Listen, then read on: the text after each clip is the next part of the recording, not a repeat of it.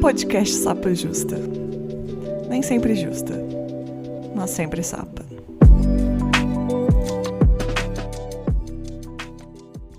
Olá, sejam bem-vindos ao Sapa Justa. Eu sou a Letícia, a host desse podcast, que não sou sempre justa, mas sou sempre sapa.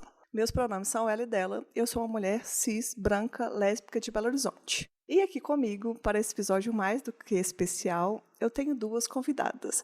Vou pedir primeiro que a Camila se apresente. Oi, gente, eu sou Camila Nishimoto. Eu sou uma mulher branca, cis, assexual e lésbica. Eu moro em Diadema, São Paulo, tenho 26 anos, também sou gateira igual a Letícia. E é isso, é um prazer estar aqui. Maravilhosa. E aqui com a gente também temos a Carolina Parker. Por favor, se apresente. Oi, gente, meu nome é Carolina, geralmente o pessoal me chama de Carol ou de Ina. Eu sou uma mulher branca, cis, bissexual, professora, trabalho com arte também, sou atriz, diretora de teatro, enfim. Tô no rolê aí pra fazer arte e fazer pensar.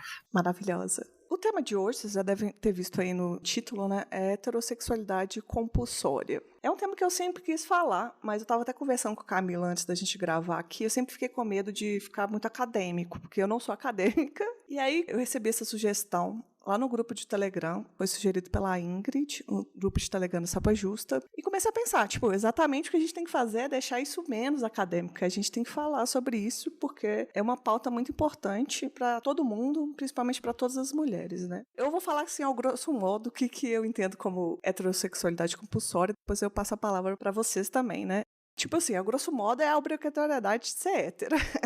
A sociedade que é cheia de normas e uma delas é a heteronormatividade. Para garantir que essa norma seja cumprida, ou seja, que você seja heterossexual, você tem que estar dentro desse espectro. E, existem diversas ferramentas que fazem com que as pessoas permaneçam nesse lugar, né? Sejam forçadas a estar ali. Tem várias camadas isso, né? Só escrito na pedra como é que deve ser. E por ter várias camadas, fica mais difícil ainda da gente compreender e se entender que na nossa vida pessoal, quanto política, a gente passa por isso. Quando eu penso em heteronormatividade compulsória, a primeira coisa que me vem na cabeça é uma briga muito grande que existe ao pensar natureza e cultura, né? Porque tem muita gente que se usa dos argumentos de o que é natural, o que não é natural, etc e tal. Só que eu acho que a gente tem que partir de um ponto de vista de que o ser humano, ele não pode ser pensado só a partir da natureza, da biologia, e que a gente está inserido numa cultura que é extremamente complexa e cheia de camadas e que influencia os nossos pensamentos, os nossos gostos, as nossas posturas, enfim. Então, o Yuval Harari, no livro Sapiens, ele fala um negócio que eu acho ótimo, que é pensar na humanidade só a partir do ponto de vista biológico seria quase como narrar um jogo de futebol falando só do gramado, entendeu? E não explorar todas as possibilidades e nuances que a cultura traz. E aí, quando a gente pensa em cultura, automaticamente eu já penso em história, em raízes, como que isso surgiu, por que isso surgiu e de que forma que isso é perpetuado, né? Porque, que nem a Letícia falou, existem muitas ferramentas que fazem com que as pessoas fiquem nesse lugar. A minha curiosidade sempre foi em buscar essas raízes históricas para entender esses mecanismos culturais que nos fazem, enfim, permanecer nesse lugar, né? E aí eu penso um pouco sobre essa questão histórica. Maravilhosa. O que dizer depois desta aula, não é mesmo? Sou apenas uma camponesa. Eu tive contato a primeira vez com esse termo, eu já me entendia como parte da comunidade LGBT+, mas antes, assim, não cheguei a questionar nem nada do tipo. Então é realmente uma coisa que a gente precisa parar e refletir, né? Não é uma coisa que a gente tem acesso facilitado. Só se nos incomoda mesmo, nos afeta de alguma forma. Assim, eu fui profundamente afetada pela heterossexualidade compulsória. Eu acredito que tenha coisas que eu precise investigar ainda muito por conta disso, de entender qual é o meu papel, o que esperar, o que não esperar, as coisas que eu gosto é porque eu gosto, ou é porque me foi condicionado por conta dessa estrutura, sabe? A gente se questiona muito. Então, os insights que eu vou trazer sobre o tema é muito mais sobre a minha vivência, né? Eu não pesquiso isso, eu não sou estudiosa do tema, mas aí acho que a gente pode se complementando, né? A Carol pode trazer mais esse lado de estudo e eu posso complementar com as coisas que eu vivi. Arrasou! Maravilhosa. No meio lésbico em si, a heteronormatividade compulsória é uma pauta que a gente ouve falar muito. Eu até coloquei como material de referência que A Heterossexualidade Compulsória e a Existência Lésbica, que é da Adrienne Rich, que é um texto muito bom. Só que eu acho que porque ele tem no título A Existência Lésbica, geralmente só lésbicas que leem. Todo mundo tinha que ler esse texto, porque a heterossexualidade compulsória afeta todo mundo. Afeta todas as mulheres e até para a vivência, por exemplo, de mulheres heterossexuais. Quando eu leio o texto, eu reconheço a minha vivência, eu reconheço a vivência de minhas amigas bissexuais, das minhas amigas héteros. E é um texto muito potente. E outra coisa que eu conversei com a Camila aqui, que a gente estava papeando, é que às vezes, quando a gente vê um texto acadêmico, por isso que eu acho que vivência também é muito importante, outras pessoas acabam falando da interpretação delas. Só que a interpretação das pessoas pode ser diversas. Eu já vi esse texto sendo usado de formas que eu considero muito erradas, desvalidando a existência de outras pessoas, desvalidando a bissexualidade, desvalidando várias coisas que não está no texto, que se você ler, você vai ver que não é isso que está dizendo.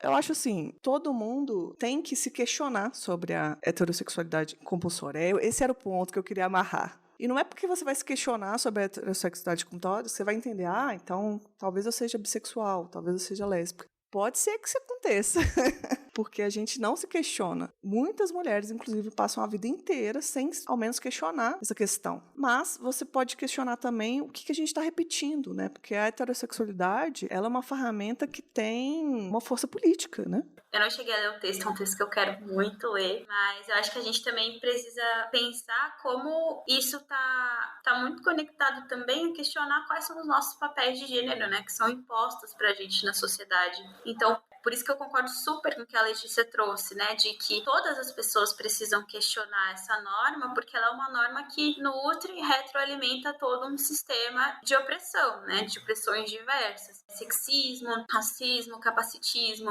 Então, é mais uma engrenagem dentro dessa grande máquina e que a gente precisa hackear por dentro, né? Não tem muito como a gente pegar, ir para fora do planeta e olhar daqui e produzir conhecimento de fora. A gente tem que vir por dentro. Sim. E por isso que é tão importante a gente questionar, né? E parar para pensar, será que eu tô fazendo isso porque eu realmente gosto? Mas por que eu gosto disso, né? Acho que muitas pessoas acabam pensando, mas é meu gosto não se discute, sendo que gosto é uma coisa socialmente construída, né? Como tudo. Então, acho que essa é a importância mesmo da gente não ficar confortável estando desconfortável com muitas coisas, né? Que a heterossexualidade compulsória traz pra gente, pra nossa vivência. Uhum. Então, complementando essa ideia de que todo mundo precisa entender essa compulsoriedade, porque a gente tem que entender para que ela serve. Né? Ela tem um papel muito fundamental nessa estrutura capitalista patriarcal que a gente está inserido. Então, se a gente partir daquelas raízes históricas que eu estava falando, da onde que surge a ideia de casamento? Surge junto com a propriedade privada. Então, a gente tem aí um momento histórico em que as mulheres deixam de ser nômades e de serem coletivas e de estarem dividindo as tarefas junto, e os filhos eram criados por aquela coletividade, para serem encerradas dentro de um lar para dar garantia de continuidade à prole de alguém que precisa garantir herança, que precisa garantir que os bens vão continuar na mesma linhagem, enfim. Então existe uma relação muito forte entre a questão da maternidade com essa heteronormatividade. Porque eles querem que nós sejamos hétero justamente para que a gente continue produzindo filhos e prole dentro desse sistema patriarcal, que depende não só do trabalho feminino não remunerado, como dessa fábrica de bebês. E a partir daí vem um monte de problemas. Um desses problemas é essa questão identitária que a gente está conversando aqui, né? Mas essa maternidade, essa romantização da maternidade, essa valorização da mulher a partir do momento em que ela se torna mãe, né? Então, a mulher que não é mãe, ela não tem serventia social, ela não tem o mesmo respeito social. Tudo isso está muito conectado. Então, quando a gente percebe que essa é uma ferramenta, e uma ferramenta muito eficaz de continuar mantendo as mulheres dentro dos lares, dentro de um sistema que favorece o capitalismo, que favorece hoje, principalmente, né, as grandes empresas e o sistema como um todo, a gente começa a entender, não. Então, os filmes que a gente assiste, a literatura que a gente consome, que foi até agora produzida por homens, incentiva esse comportamento e nos coloca naquelas caixinhas em que a gente tem que usar saia, ser bonitinha, respeitosa, para que um homem nos queira, para que a gente dê continuidade para a prole dele e para os bens materiais que ele possui. entende? Como uma ferramenta mesmo, um objeto para um fim.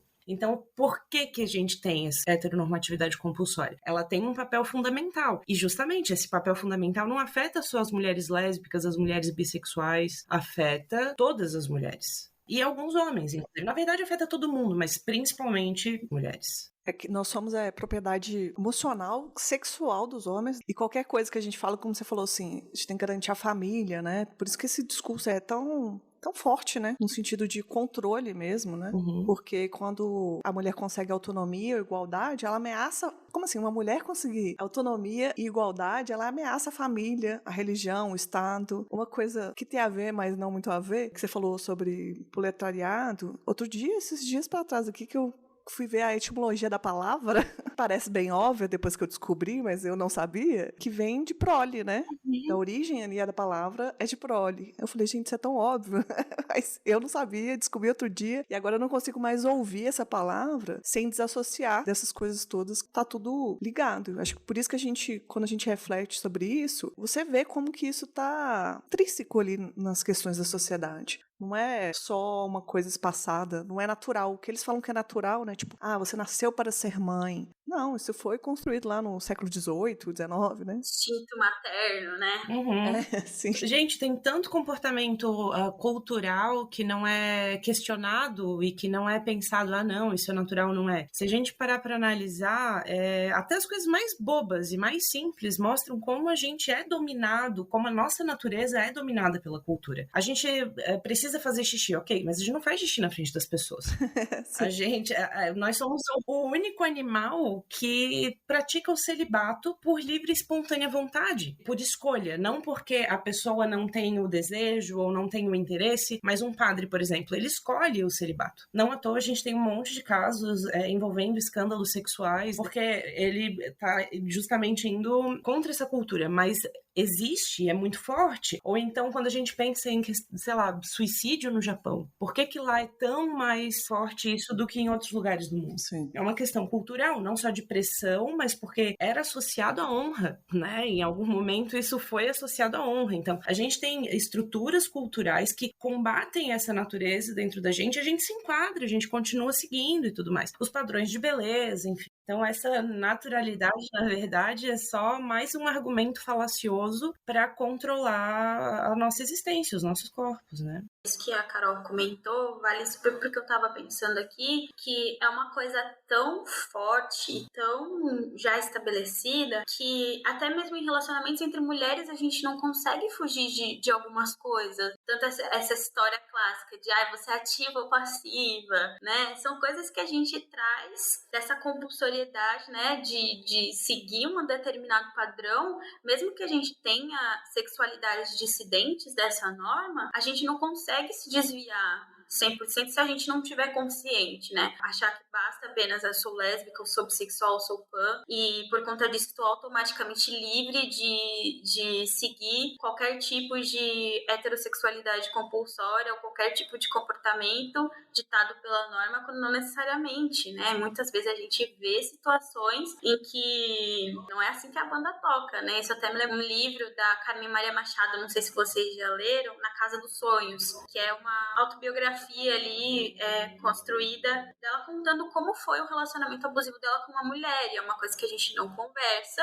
e que muitas vezes pode vir justamente desse lugar da gente achar que o nosso relacionamento com outra mulher precisa seguir o padrão heteronormativo que foi estabelecido. Uma mulher tem que prover as coisas para casa e a outra tem que cuidar. Uma mulher não pode ganhar mais que a outra. Todas essas coisas que não necessariamente estão conectadas com o exercer da sexualidade, mas que estão ali orbitando, né? Então acho que é bacana a gente pensar também como isso reflete em relacionamentos entre mulheres. Ou entre pessoas dissidentes de gênero, né? Entre pessoas que não são cis. Uhum. Isso me lembrou que outro dia eu fui participar de um podcast que era de uma menina hétero. E aí ela foi fazer um comentário assim, não, eu ia te perguntar isso, mas, né, você não se relaciona com homem? Aí eu falei, minha querida, o tanto de coisa que mulher faz, que é uma reprodução de machismo, né? Reprodução do que tá vendo. Eu já cheguei pra uma amiga e falei assim, olha, a sua namorada, o que ela tá falando com você? Você escutar isso de um homem, mas você está deixando, está escutando porque é uma mulher. Então a gente não tá livre disso, né? Eu acho que ela criou uma imagem na cabeça dela que as lésbicas estão na vida porque se relacionam com mulheres, não passam por esse tipo de coisa. Mas é exatamente o ponto. Não é só sobre se relacionar com homens, é sobre reproduzir essa heteronormatividade em relações. E a coisa que mais tem, né? Eu fico lá no TikTok, às vezes tô passando lá, aí aparece na minha timeline, tipo, mulheres fazendo uma sketch que é representando casais heterossexuais dos mais clássicos, antigos, assim, né? Tipo, uma tá achando ruim que a outra tá fazendo bagunça, enquanto a outra bate na mesa querendo uma cerveja. Eu fico assim, gente, que pataquada é essa? Tipo, a que isso serve? Não quero tirar a liberdade de ninguém de se expressar como queira, mas eu acho isso problemático, porque você tá repetindo coisas que são tóxicas no relacionamento heterossexual, sabe? Uhum. E isso mexe com a gente de uma forma tão profunda, gente, que a gente às vezes nem se dá conta, assim. Então a gente cresce nesse ambiente que é dominado por homens, né? A produção cultural, histórica, filosófica, enfim, artística é dominada por homens, então a gente é bombardeado desde cedo a essas informações. Isso que a gente ainda tem um pouco mais de liberdade e de acesso do que as nossas avós, por exemplo, né? Que até a geração das nossas avós, as mulheres eram realmente confinadas dentro do lar. A minha avó, se fosse na janela, quando ela era adolescente, ela apanhava do pai dela. Se ela aparecesse na janela, porque isso era coisa de menina que não prestava, que queria se mostrar. Então ela não podia sair de casa, ela não podia fazer nada. As mulheres eram confinadas no lar, recebendo só informações e, enfim, toda essa estrutura cultural produzida por homens. Então é muito difícil não reproduzir determinados comportamentos, né? E a gente tem um pouco mais de acesso, mas mesmo assim, sei lá, 20% dos roteiristas de Hollywood e das grandes streamings são mulheres. Só 20%. Sim. Então 80% desses roteiros ainda são escritos por homens. E aí a gente cresce nessa sociedade que tá sempre colocando a mulher naquele papel de cuidadora, de florzinha, sabe? Que tá sempre cheirosa, que peida cheiroso, não sei o quê, que faz tudo em função do outro, que o valor dela é atrelado ao quanto ela pode cuidar do outro e também objetificada sexualmente. Sim. Né? E a gente tem essa representação. Ou ela é cuidadora ou ela é puta. As duas formas servem para satisfazer um homem. E o homem é o herói, o homem é o cara forte, o homem é o que define as coisas. Quantas vezes a gente vê em cena de filme a mulher perguntando para o homem: oh, meu Deus, e agora? O que vamos fazer? Sabe? Coisa que nunca aconteceu na vida real, porque a mulher vai lá e resolve. Exatamente. E aí a gente cresce nessa sociedade, né? Isso me afetou, por exemplo, pessoalmente. Eu nunca tive eu sou bissexual, mas eu nunca tive um relacionamento longo com uma mulher. Os meus relacionamentos sérios e longos foram só com homens. Eu fiquei com muitas meninas, enfim, me diverti. E aí eu tinha essa separação na minha cabeça, de que o homem era para me relacionar e a menina era festa, era sexualidade, era outra coisa. E isso ficou muito tempo, muito separado na minha cabeça, até eu parar para pensar de onde que estava vindo isso e por que que eu tinha essa separação tão nítida na minha cabeça, ó, muito tempo. Mas por quê? Porque a mulher tá lá servindo e sendo sexual e o cara é o provedor, é o bambambam, é aquele que a gente busca atenção. Então eu, como gosto dos dois, acabo sendo influenciada a ter esse separatismo na minha cabeça, né? Então, haja terapia pra lidar com isso aí depois. E a bem terapia que a gente tem pra poder questionar as coisas, né? Exatamente. Inclusive, eu gosto muito dos seus vídeos, acompanho, acho que você explica muito bem. E um dos vídeos seus, até coloquei lá na minha página, que você fala sobre isso, né? Sobre por que bissexuais mais velhas geralmente estão num relacionamento com homem e tal. Eu acho isso muito interessante, porque esse vídeo as minhas amigas bis adoraram, mas eu também gostei muito, porque às vezes tem mulheres lésbicas que elas ficam muito receosas com isso, né? Com a mulher bi que não tem relacionamentos longos. E eu acho assim, tem coisas que são separadas, né? Uma mulher virar e falar pra você, não me relaciono com mulheres profundamente, ela tá te agredindo. Mas ela vivenciar isso faz parte da heteronormatividade compulsória. Que são coisas diferentes que a gente tem que entender. Porque a vivência de uma pessoa, ela não necessariamente te agride. Ela não pode mudar o que ela vive, o que ela vivencia, a história dela. Inclusive, eu acho que até os desejos nossos são muito individuais. Apesar da gente se colocar em várias siglas, essas siglas sempre vão ser políticas. Por isso e por várias coisas, a gente tem que respeitar todas as letras. Mas eu acho que no vídeo você explica muito bem, porque você teve essa consciência de, tipo, olha, isso pode ter influenciado, né, uma visão machista, que a gente entende que é muito da heteronormidade compulsória. Eu acho muito interessante esse vídeo, inclusive também, para um outro ponto aqui da nossa pauta, que não existe, tipo, idade para você questionar e pensar sobre a nossa sexualidade. Total. Isso é fundamental, inclusive. Quantas pessoas estão transicionando agora com 40 anos, 45 anos, porque justamente não tiveram essa oportunidade mais cedo. A gente também tem muita sorte de ter tido muita gente na linha de frente, sabe? Na vanguarda mesmo, apanhando na cara e sofrendo muita violência para abrir esse espaço para a galera que agora se sente mais confortável de transicionar ou de questionar a própria sexualidade, ou enfim, fazer essas mudanças necessárias para viver melhor consigo mesmo, né? E que antes a sociedade ainda era muito rígida e muito violenta. Claro, ainda é. Isso é um fato. Ainda é. Sim. Mas, né, para uma pessoa transicionar hoje ou transicionar na década de 60, existe uma diferença muito grande, né, de como era e como é agora. E isso a gente só tem graças à galera que veio na linha de frente mesmo. Mas é muito importante ter esse entendimento. Nem todo mundo estava preparado para lidar com isso, nem todo mundo teve as oportunidades, ou conhecimento, sabe, ou tempo. Sim. Tempo pra gente filosofar e pensar sobre si mesmo e se dar essas oportunidades também é um privilégio, sabe? Então, a pessoa que trabalha, sei lá, das 5 da manhã até não sei que horas e pega ônibus, que horas vai ter o tempo para parar, para refletir? Por isso que eu acho que o trabalho da galera é tão fundamental. Porque a gente, quando tá na internet falando sobre esses assuntos, falando sobre a nossa vivência, sobre os nossos estudos, a gente abre possibilidade pra essa galera que tá ali, que tem 5 minutinhos só e tá olhando, sabe? Sim. Tá dando um scroll no TikTok de, porra, parar pra pensar um pouquinho numa coisa que talvez não viesse naturalmente, sabe? Eu acho isso muito legal também. E não tem idade mesmo. Cada um tem a sua vivência, a sua história, as suas conquistas, as suas dificuldades e, enfim, cada um consegue ou se descobre em momentos diferentes, né? E, assim, eu considero que a minha descoberta foi tardia, porque não foi na adolescência, quando, assim, acho que a maioria das pessoas começa a se entender. Eu posso até falar um pouco mais pra frente disso depois. Eu me entendi parte da comunidade LGBT só em 2019, faz pouco tempo, né? Eu falo que eu sou uma girininha, não sou uma sapinha, eu sou uma girininha ainda. E primeiro, logo em seguida, eu me entendi bi, porque eu achava que, como assim, não posso gostar de homem, né? Eu posso gostar também de meninas, mas como assim, não gosto de homem? Então a primeira coisa que eu pensei foi, sou bi. E aí depois que eu fui me entender e tudo mais, então assim, hoje eu tenho 26, ainda sou jovem,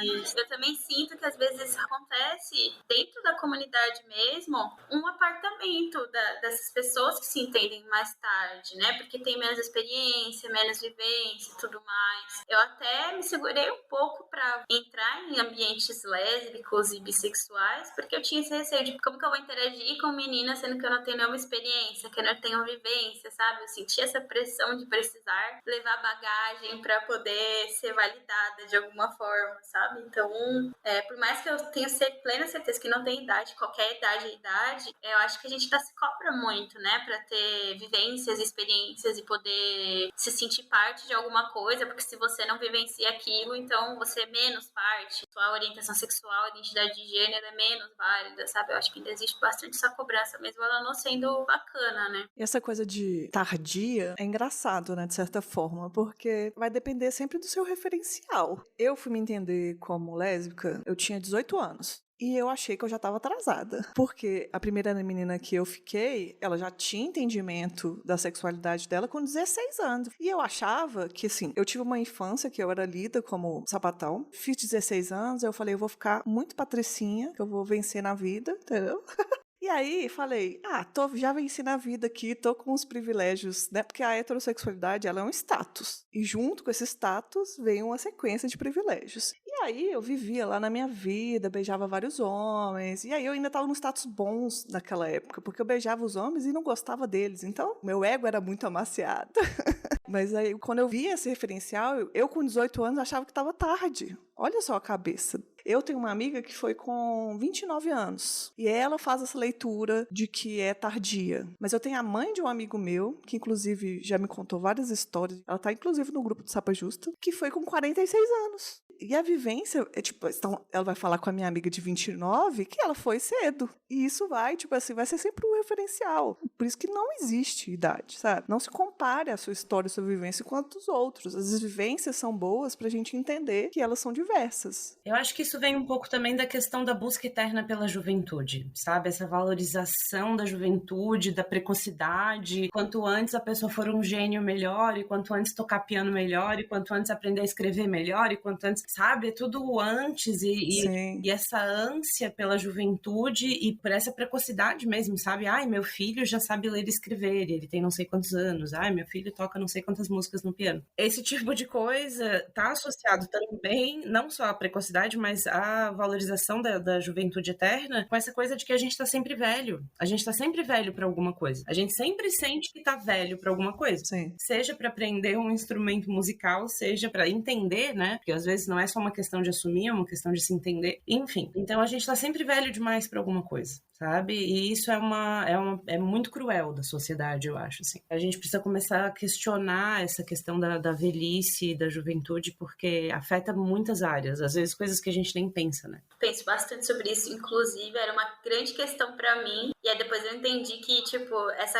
era uma questão pra mim envelhecer, porque eu sentia que eu não tava vivendo justamente porque eu ainda não tinha me entendido completamente. Então depois que eu passei a viver de acordo com quem eu era, isso passou um pouco. Mas eu queria resgatar uma coisa que a Letícia comentou, que é sobre esses privilégios de você estar de acordo com a norma, né? Isso foi uma das coisas da heterossexualidade compulsória que eu acho que mais me afetou, assim, porque por ser uma pessoa sexual, pra mim eu não tinha muito essa questão do desejo tão afluente, assim. Eu sou assexual e aí dentro do espectro da sexualidade eu me identifico como demi, que são pessoas que precisam de conexão emocional pra sentir atração sexual. E por não gostar de homens, até naquela época eu já não sabia, né, mas por não gostar de homens eu não sentia desejo, então eu ficava ali naquele limbo de não me interessar por ninguém, só focar nos estudos, e isso estava confortável pra mim, sabe? Eu tinha que pensar muito sobre isso, então eu estava ali usufruindo desses privilégios que, assim, por mais que me causasse desconforto, sofrimento a algum nível,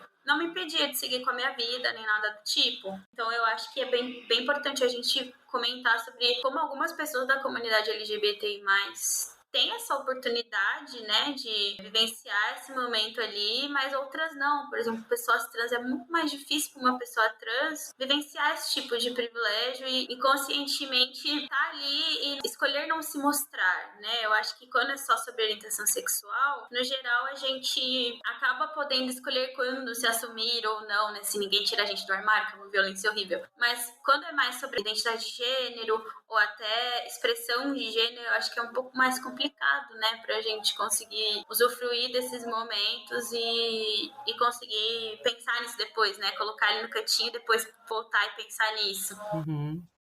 Esse negócio dos privilégios, ele também influencia um pouco a questão da invalidação da bissexualidade. Porque, especialmente quando a mulher ou o homem, né, se relaciona com o sexo oposto. E aí a gente tem esses privilégios, é inegável. Eu, como uma pessoa bissexual, sei que eu sofro menos opressão do que uma mulher lésbica assumida, né, ou que tem um relacionamento visível. Então, isso acaba sendo um argumento na hora da invalidação da bissexualidade. Essa medição do sofrimento, sabe? Sim. Sendo que a questão da bissexualidade, tudo bem, eu tô num relacionamento com um homem, mas isso não invalida a minha história de vida, isso não invalida as opressões que eu já vivi, isso não invalida toda a construção psicossocial que aconteceu justamente por conta da minha sexualidade, não invalida o fato de eu, por exemplo, nunca ter tido a oportunidade de ter um relacionamento com uma mulher, justamente por me colocar numa posição onde eu assumi essa heteronormatividade compulsória como regra, de certa forma, mesmo me entendendo como bissexual, mas não me permitindo ter um relacionamento. Eu não pensava sobre isso, sabe, gente? Não é uma coisa de, pai, não vou me relacionar com mulheres. Não foi, tipo, uma decisão intelectual, entendeu? A ferramenta é pra gente não pensar, né? Exato, exato. E aí, quando eu parei pra pensar,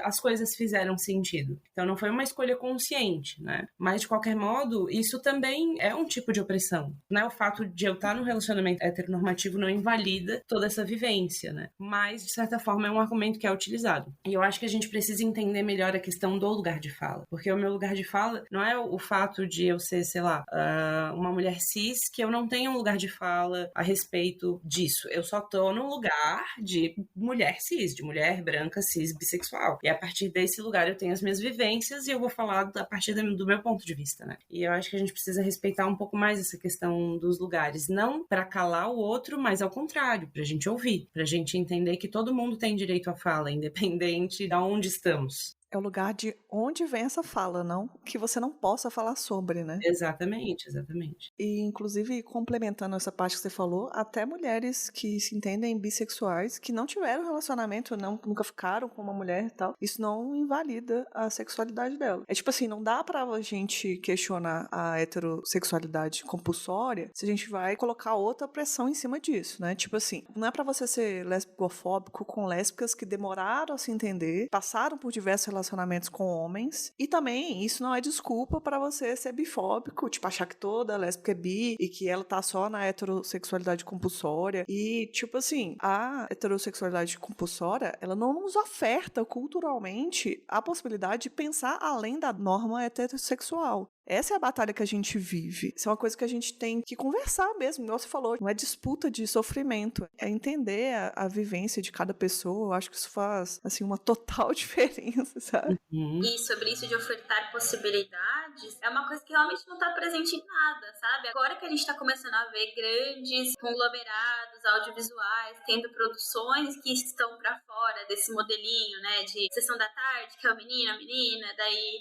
sei lá, aqueles filmes clássicos dos anos 90. E é sempre o carinha que gosta da menina e tal. E esse tem uma pessoa LGBT normalmente é um cara gay que fica ali de chaveirinho. Então, assim, agora que a gente tá começando a ver outros tipos de representação que não sejam negativas, né? Porque dentro do meio sáfico sempre tem essa de, a sapatona sempre morre no final, tem um final trágico, né? Igual aconteceu lá no Torre de Babel, que explodiu o shopping. Então, assim, agora que a gente tá começando a ver coisas positivas e vivências diversas, né? Porque, assim, quando tinha alguma coisa era sempre branca cis. Mulheres trans, lésbicas ou bissexuais, a gente ainda vê muito pouco, assim. O último que eu me lembro que teve alguma coisa ainda foi bem pequena, foi naquela série Veneno, da HBO Max, que tem ali um envolvimento, tem uma das personagens secundárias que é uma mulher trans e lésbica. Então, assim, são vivências que ainda estão muito na margem e que agora a gente tá começando a caminhar, começando a ter representações, mas que ainda tá muito passinho de formiguinha, né? E como que isso influencia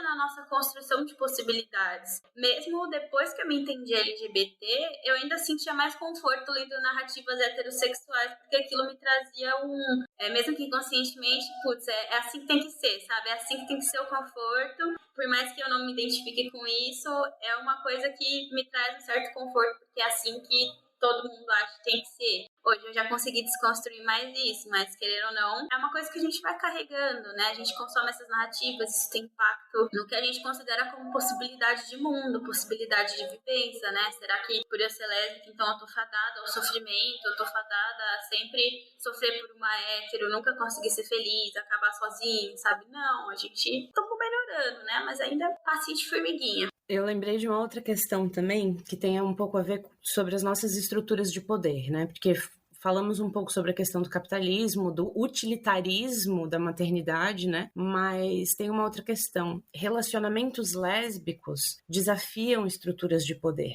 porque todas as estruturas de poder são falocentradas. É tudo a respeito do homem, é tudo a respeito do pênis. E aí, quando a gente tira o pênis da equação e foca no relacionamento lésbico e foca no prazer da mulher, no intelectual da mulher, na liberdade da mulher, longe desse homem, longe dessa figura masculina, isso desafia todas as estruturas. Isso coloca em xeque todas as estruturas que a gente tem até então. E isso ameaça, né? A partir do ponto de vista patriarcal, é um relacionamento ameaçador. Então, eles não querem que essa estrutura estrutura seja ameaçada. E é por isso que durante muito tempo os relacionamentos lésbicos ou foram demonizados, como tu mesma disse, imagens morrendo, e sempre uma lição de moral, né? Sim. Tipo, você quer tomar esse caminho, mas no final das contas você vai estar num prédio que vai explodir, entendeu? Ou fetichizadas, né? Objetificadas mesmo, estando ali de beleza. Vocês querem sentir prazer, mas isso não tem a ver com homem? Não, tem a ver sim. Vocês vão sentir prazer para o prazer masculino. E aí a gente tem um monte de pornografia lésbica e por aí vai, que na verdade não é voltada para o olhar feminino, né? Não tá nem aí pra lésbica, porque a mulher que se relaciona com mulher se interessa e foca no prazer masculino de novo. Então é uma forma de reduzir, de tentar amenizar essa ameaça, porque o relacionamento lésbico, ele é uma ameaça pro patriarcado no geral. Então é por isso que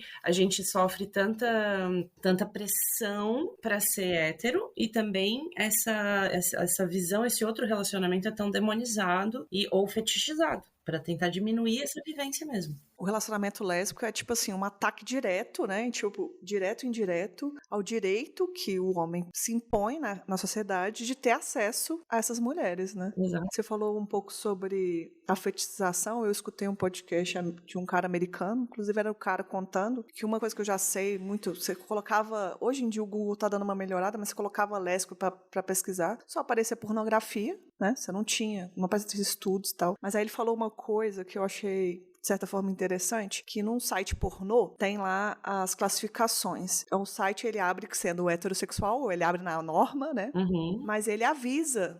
Tipo, ele tem uma aba que avisa, ou você clica na bandeira, se você for para a parte de homens gays. Porque imagina, né, um homem hétero, de repente aparece um pornô gay lá para ele, né? Então ele avisa, o site tem todo esse cuidado. Mas não existe uma aba no pornô de pornô lésbicas, porque esse pornô está dentro da experiência heterossexual. Uhum. Porque não é feito de forma alguma para lésbicas e não é separado. Não tem uma separação. Então, por exemplo, imagina se uma mulher heterossexual, né, vamos dizer assim, está lá vendo um pornô na página, que já entra heterossexual, ela não vai ser avisada, né? Imagina, que susto, ela vê duas mulheres. Não, porque está ali, dentro disso. Isso foi um trem tão bizarro que eu já sabia que funcionava, mas a pessoa me contando isso no podcast, eu falei, gente, que maluquice, né? Eles ficam putos que a gente, como você falou, né, rejeita o acesso do homem a nós e cooptam a nossa existência pra fetiche, sabe? Pois é, e querendo ou não, pra mostrar ali como que você tem que estar a serviço do homem sexualmente, né? Homem cis. Eu só queria voltar numa coisa que a Carol comentou sobre falocentrismo, que eu acho importante a gente só pontuar que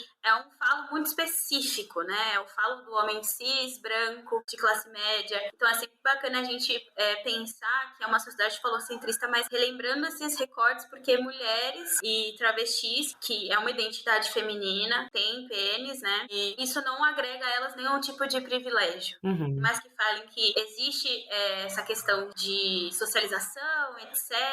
Não é uma coisa que agrega a elas privilégio, muito pelo contrário, elas morrem por conta disso, né? Então acho que é só bacana a gente frisar que é um tipo muito específico de falo. Uhum. Eu falo cis, eu falo branco, eu falo que tá ali nos espaços de elite. Então só queria fazer esse adendo porque eu acho que é bem importante. Perfeito, Camila, perfeito. E é exatamente isso, é o falo do poder, né? Sim. Até porque eu acho que essa coisa da transexualidade feminina, ela é tão mal vista, porque o ser feminino, ele é visto como menor, como inferior, naturalmente, né? Então, um cara que escolhe se inferiorizar, porque na visão da pessoa preconceituosa, ele tá fazendo essa escolha. A gente sabe que não é assim, mas pra pessoa preconceituosa, tá fazendo essa escolha. Então, não, o cara nasce com poder, mas ele escolhe se inferiorizar. Então ele quer ser inferiorizado, ele quer apanhar, ele merece a violência, porque ele poderia estar numa situação de poder, mas não, ele escolhe estar na segregação. A gente sabe que não é assim que funciona, né? Mas tem um pouco disso também, dessa inferiorização do feminino, mesmo quando existe o falo. E claro, a gente também não tá falando, na nossa sociedade ocidental, principalmente,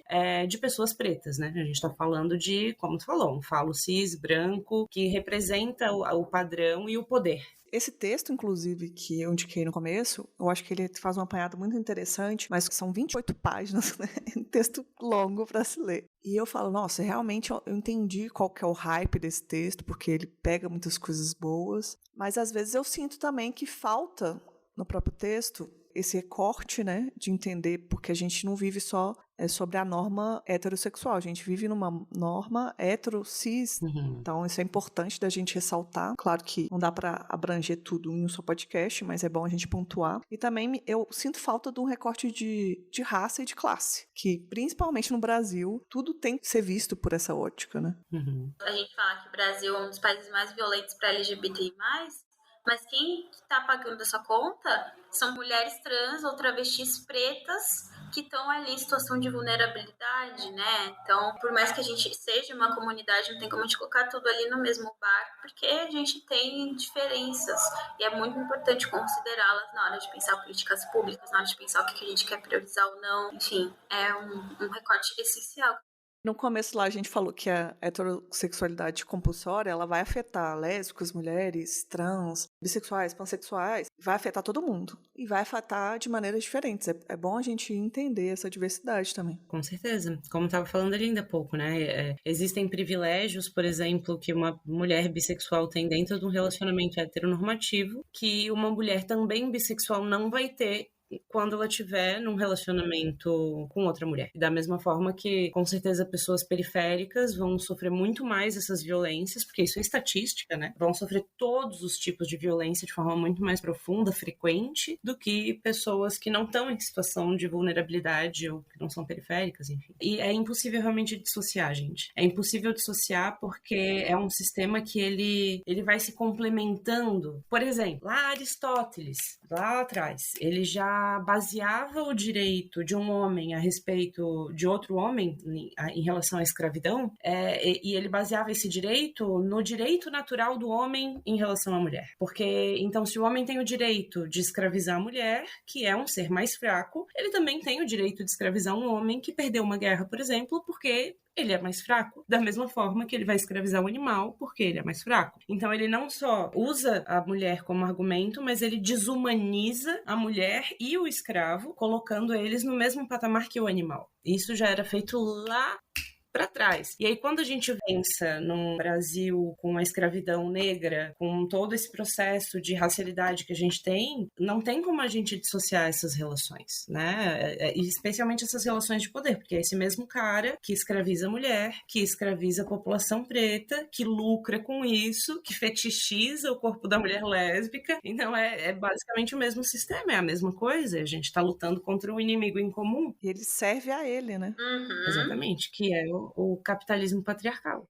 Isso só me lembra aquela coisa que sempre viraliza por aí, falando que homens cis só amam homens cis, né? Porque só admiram homens cis, só se relacionam com homens cis, a mulher, só aquele espaço ali doméstico, o famoso posto de porra, né? Então, assim, é bem nessa vibe, muito triste. E as coisas estão relacionadas, não tem como a gente dissociar, né? Não tem como dissociar racismo de machismo, não tem como dissociar machismo de homofobia, não tem como a gente não questionar tudo isso como parte de um mesmo conjunto, né? Afinal de contas, o capitalismo, ele se funda com a escravidão se baseia já na dominação do homem pela mulher, então tá tudo intrínseco, tá tudo misturado. Enquanto a gente tá aqui falando sobre essa heteronormatividade, a gente está falando sobre a gravidez compulsória, a gente está falando sobre uma série de outras coisas, né? A gente está falando sobre questões de racialidade também, de questões de classe, periferia, como vocês falaram. A violência está muito mais forte lá, enfim, não tem como dissociar, gente. A gente já contou algumas coisas sobre as nossas vivências, mas eu queria saber, assim, mais especificamente de cada uma de vocês, qual impacto, assim, a heterossexualidade teve? Eu teria me descoberto muito mais cedo. E aí, não só pensando enquanto uma mulher lésbica, mas enquanto uma pessoa sexual. Porque eu acho que, só dando um parênteses, né? Porque pode ser que muitas pessoas não saibam ou não saibam por completo o que é a sexualidade, né? Porque ainda é uma coisa que tem um debate recente. A sexualidade é a ausência total, parcial ou condicional de atração sexual. Então, você pode não sentir atração sexual nenhuma por ninguém, você pode sentir, dado uma condição específica, que é o meu caso, né, que eu preciso da conexão emocional. Então, tem um espectro bem vasto aí. E por não ter essa vivência de desejo normativa, eu acabei me retraindo muito e isso me impediu de me entender enquanto lésbica por muito tempo. Porque eu achava que eu simplesmente, tava ali no limbo e ok, e é isso, gosto de homem, mas não quero beijar homens, não quero me relacionar com homens, mas mesmo assim, eu sou hétero.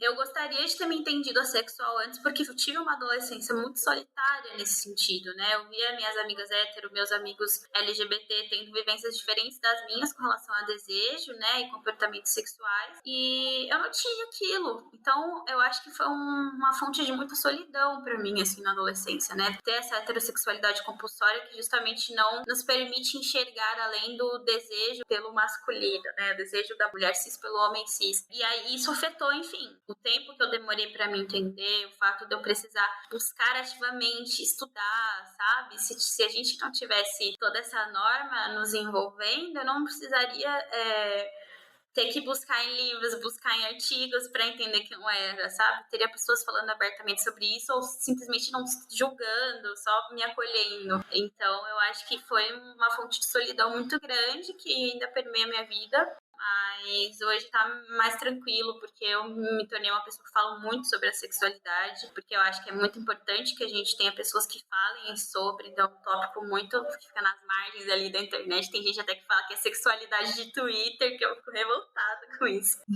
Por isso que eu sempre advogo, assim, por falar sobre a sexualidade, por ter essa condição, né, de precisar da conexão emocional. Eu sou lesbo-romântica, né, eu só sinto atração sexual romântica por mulheres, então as duas coisas estão juntas, né, uma coisa não invalida a outra. E se você ficou curioso para saber mais sobre a sexualidade, tem bastante coisa aí na internet, é bem bacana saber mais. Amei, Camila. Sim, arrasou. No meu caso, eu acho que me afetou de algumas formas diferentes. Primeiro, essa coisa do relacionamento longo ser sempre com caras.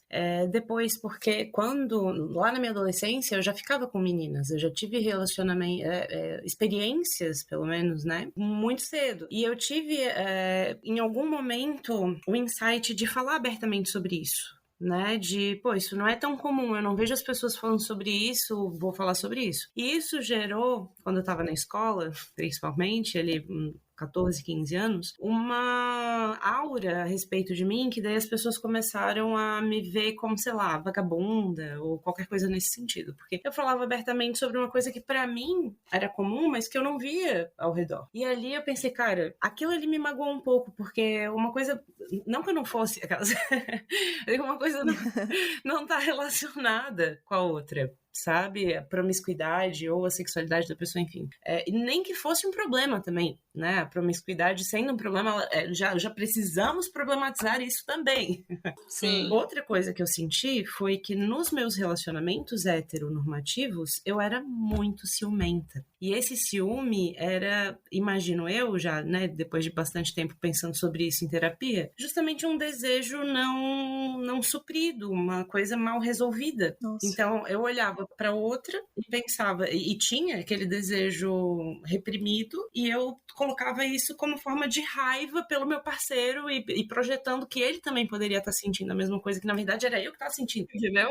Nossa Senhora! Então, afeta a gente em níveis psicológicos que a gente nem imagina. Então, isso é uma das coisas, né? O meu ciúme melhorou muito a partir do momento que eu comecei a entender. Não só o meu ciúme, mas a minha rivalidade feminina, que também é uma coisa que está relacionada Sim. à heteronormatividade, que também é mais uma ferramenta de segregação feminina, né? Aquela coisa de colocar lá dentro do lar, isolada, esse isolamento das mulheres, ele também é uma ferramenta. Né, uma ferramenta social de controle. Então, a rivalidade feminina ela é incentivada justamente por isso, porque mulheres unidas, olha o tanto que a gente já está fazendo em tão pouco tempo de emancipação. Uhum. Nem dá para considerar que a gente está, meu Deus, emancipadas. Mas a gente já tem acesso à cultura, educação, a fazer arte, fazer política, fazer história, coisas que nos eram negadas até pouco tempo atrás. Então, essa possibilidade só acontece porque mulheres estão se unindo. E essa união feminina também é uma ameaça, né? Da mesma forma que o próprio relacionamento lésbico. E aí, isso também fazia parte de mim, da minha misoginia internalizada. Então, muita rivalidade, muito ciúme. A forma como eu me relacionava com outras mulheres era muito complicada, tanto em termos de amizade como, né? Enfim, eu acho que me afetou muito mais. Isso são as coisas que eu já consegui analisar, para elaborar, exatamente. Pode ser que tenha muito mais ainda por vir nos próximos anos a partir dessas reflexões, sabe? Então, eu acho que tem muita influência mesmo que essa situação exerce na nossa vida, né? Esse é um tema que eu gosto muito porque eu consigo pensar na minha vivência antes de me entender como lésbica, como a heterossexualidade compulsória me afetou, mas eu consigo mais ainda, tipo assim, eu tenho 34 anos, né? Então foi muitos anos atrás isso. Você estava falando sobre a relação entre mulheres, que isso é uma das coisas muito importantes da heterossexualidade compulsória, de nos privar de até ter relações de amizade, de outros, tipo assim, de você, por exemplo, colocar sempre o homem como quem você tem que agradar. Não é, tipo, incomum acontecer de muitas lésbicas se relacionarem com outras mulheres, mas colocarem amigos heterossexuais como o cara, entendeu? O camisa 10, o bacana. Colocar outros homens ao redor da vida delas como, tipo, o cara. Eu acho que eu não fiz isso tanto com homens héteros, mas fiz isso muito com homens gays na minha vida e levei muita rivalidade para os meus relacionamentos. Eu tinha uma visão que eu era a namorada mais legal de todas, né? Hoje em dia, fiz terapia, sei que eu não era tão legal assim. Eu achava que eu era legal porque não traía, porque não fazia o que eu tinha aprendido, o que não era. Mas eu me via, de diversas formas, disputando algum lugar dentro de um relacionamento. Então, aquele relacionamento que vira uma disputa, né? Que isso, tipo, heterossexuais fazem, várias pessoas fazem. Mas eu não via que isso tinha uma rivalidade feminina tão forte. Cada vez que eu relembro que eu vivi isso em outros relacionamentos, eu via que trazia isso pra mim. Também via que a minha autodestruição, um tempos atrás, também tinha a ver com isso. Porque eu tinha uma ideia de que eu não ia viver muito. Isso é muito forte de se pensar. E eu pensava... Inclusive, tive uma namorada que falou assim, eu não me imagino envelhecendo com uma mulher. E isso, hoje em dia, eu consigo ver que é claramente uma heterossexualidade compulsória. Mas aquilo, eu falei, então eu vou morrer sozinha. E eu via que tinha muito consumo exagerado de álcool, fumava igual uma caipora... E várias outras coisas, tipo... Eu ainda bebo, tá, gente? Mas parei de fumar. Arrasou. Eu parei de fumar também. É, bom, né? Parabéns, gente, arrasaram. Mas, assim, são várias coisas que eu penso que a gente não para pra pensar que a heterossexualidade compulsória te afeta. Porque você não se vê com clareza e você não vê a relação com outra mulher, mesmo sendo lésbica, mesmo entendendo como lésbica, com uma possibilidade possível de harmonia. Né? Eu acho que isso é muito profundo, sabe? Com certeza, porque eu acho que até voltando um pouco no que a gente comentou lá atrás, mesmo que a gente se entenda dentro de uma sexualidade dissidente, a gente não desaprende modelos heteronormativos de como se relacionar. Como que eu posso me relacionar e cultivar meus afetos de uma forma que não esteja reforçando esses padrões? A gente não aprende isso no tema manual. Agora que eu vejo pessoas começando a discutir isso, enfim, bastante dentro do nicho de não monogamia, eu vejo as pessoas discutindo bastante modelos de relacionamento, que eu acho que vale a gente ler se você seja monogâmico ou não. Mas isso é uma coisa muito recente, assim, da gente sair do piloto automático e falar, nossa, aqui eu tenho a oportunidade máxima de conseguir criar um modelo de relação diferente, porque que eu tô reproduzindo essas coisas que só me fazem mal, só fazem mal para as pessoas ao meu redor. Perfeito. Olha, eu tô muito feliz, inclusive, porque eu acho que eu tive a oportunidade de chamar ótimas convidadas para falar sobre isso. Eu já vou começar agradecendo, porque vocês duas foram maravilhosas. Queria que a gente fosse para a parte de indicações. Eu vou começar aqui, porque eu separei uma coisa para indicar, que é um Twitter que é Lésbicas Racializadas, que é @lesbianpoc. Foi nelas que eu achei, tipo, um drive com texto, que tá esse texto que eu li lá. E eu acho que elas têm toda essa visão que compartilha com o que a gente disse, assim. Eu acho que é sempre bom ter fontes boas de informação, né? E também queria indicar uma aula que está no YouTube, que chama A Invenção da Heterossexualidade, com a Helena Vieira, que ela explica muito bem, é muito legal. Eu acho que vale a pena quem quiser aprofundar mais sobre o assunto. Acho que são boas indicações. A Helena é ótima, ela tem uma super didática, adoro ela. Vou indicar, então, vou falar minha arroba. Eu sou @Camila Nishimoto em quase todas as redes. Só no Twitter, que é @NishimotoK, porque roubaram o Camila Nishimoto. Eu troquei uma época, depois não consegui nunca mais voltar, então vai ficar Nishimoto-K para sempre. Me sigam lá, eu normalmente no Twitter eu reclamo muito, no Instagram eu posto minhas poesias, posto sortes dos meus gatos também, então bora trocar. E aí eu tenho duas coisas para indicar, são dois perfis. O primeiro é o perfil da ONG que eu trabalho, que é uma ONG direcionada para o empoderamento das pessoas LGBT+, chama Todes Brasil, é @Todes Brasil, o Todes é com X, e a gente produz conteúdo, a gente também tem vários projetos de fomentar lideranças e projetos direcionados para a comunidade. A gente tem uma pesquisa nacional para mapear a comunidade LGBT+, a gente faz bastante coisa legal, sigam lá. E a última coisa que eu tenho para indicar é um perfil do Instagram que chama Documentadas, que é um perfil que eu gosto muito, que aquece muito meu coração, que é feito pela Fernanda, né, um projeto de fotografia, que ela viaja o Brasil registrando casais de mulheres. Eu lembro que ela comentou um tempo atrás no perfil que isso surgiu da necessidade da gente ter registros históricos, né, das nossas relações, dos nossos relacionamentos entre mulheres, porque sempre foi uma coisa muito apagada, então ficou ali relegada ao esquecimento, né? Então é muito legal que ela viaja o Brasil e fotografa e conta histórias de mulheres que se relacionam com outras mulheres e registra isso, né? E é brasileiro, o que é mais legal ainda, porque a gente vê muita coisa gringa acontecendo, perfis de fotografia gringo, com pessoas gringas, então acho muito legal esse projeto, porque ele mostra vivências brasileiras, casas brasileiras, relacionamentos brasileiros, então acho muito bacana. Legal. Perfeito. Bom, tem o meu perfil no TikTok e no Instagram. Na verdade, eu sou mais ativa no TikTok mesmo, lá é onde está a parte mais densa do meu conteúdo, assim. O Insta, eu confesso que eu não sou muito de consumir Instagram, então eu tenho um pouco de dificuldade de produzir conteúdo lá, sabe? Aí, enfim. Mas ele tá lá também, posto alguns textos, né? É o que tem mais diferente, assim, do conteúdo de um pro outro, são os textos que acabam sendo postados no Insta que não estão no TikTok. Mas é @CarolinaPacker no TikTok e no Instagram é @carolina.packer. Porque eu também perdi o Carolina Packer. Aí as indicações que eu queria dar para vocês, na verdade, tem um livro que chama A Criação da Consciência Feminista, da Gerda Lerner. Na verdade, são 2 livros, né? A Criação do Patriarcado e A Criação da Consciência Feminista. Os dois é uma sequência, né? Mas A Criação da Consciência Feminista tem uma visão mais profunda a respeito do feminismo, porque a gente acaba associando sempre a questão lá da segunda revolução industrial, da segunda guerra, as mulheres indo para as fábricas, enfim, o primeiro movimento, a primeira onda do feminismo, aquela coisa toda. E ela busca essas raízes na Grécia Antiga, na Mesopotâmia, sabe? Então são pensadoras, escritoras, escultoras, desenhistas que eu nunca tinha ouvido falar e que ela traz nesse livro de uma forma muito magistral, que foram construindo, mesmo que, como é que eu posso dizer, fragmentadamente, um pensamento feminista que eclodiu daí sim, ali em 1870, mais ou menos. Então eu acho que é uma obra muito legal. É um livro longuinho, mas é uma obra bem interessante, assim, ela escreve muito bem. É A Criação da Consciência Feminista. E aí eu tenho também o perfil de 2 meninas que eu sigo, na verdade uma eu sigo e a outra é minha amiga, eu também sigo, claro, né, mas é minha amiga pessoal.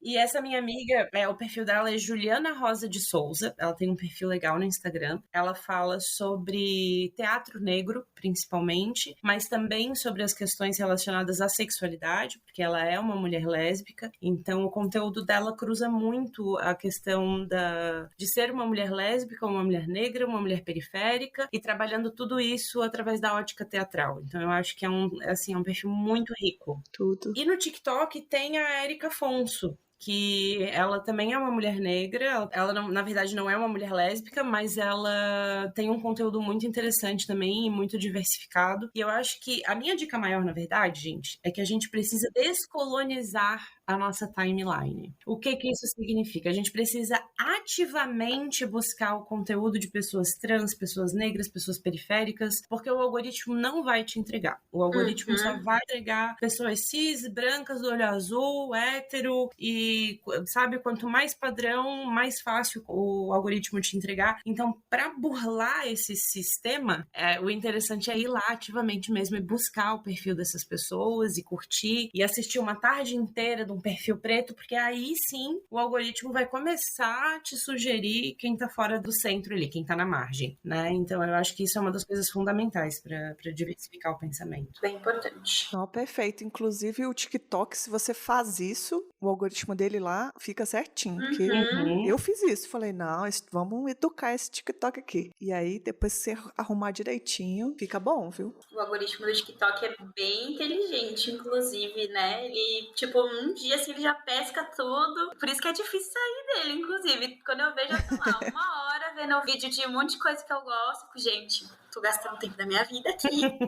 Verdade. Perfeito episódio. Eu só queria deixar um recado para quem tá ouvindo. Se você tá gostando do podcast, lembra de ir lá onde você estiver ouvindo, né? Seguir, divulgar. Se for no Spotify, deixa 5 estrelas, porque essas coisas são muito importantes. Ajudam o aplicativo a mostrar para mais pessoas. Ajuda aí o algoritmo a entender, né?